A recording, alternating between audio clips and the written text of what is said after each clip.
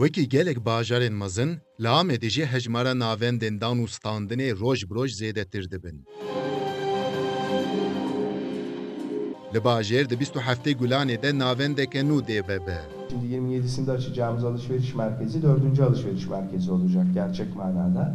Xwediyên navendê beriya merasîma destpêkê, agahî dan endamên çapemeniyê.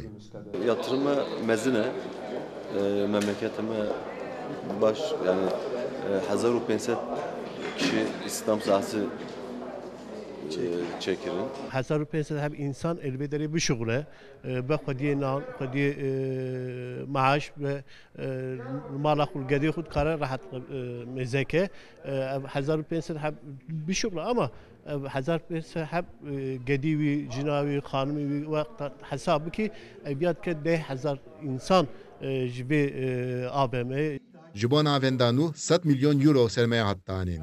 Firahiya wê 54,000 metrekarê ye û heta niha 135 maxazeyên wê bes sê hep hatine kirêkirin.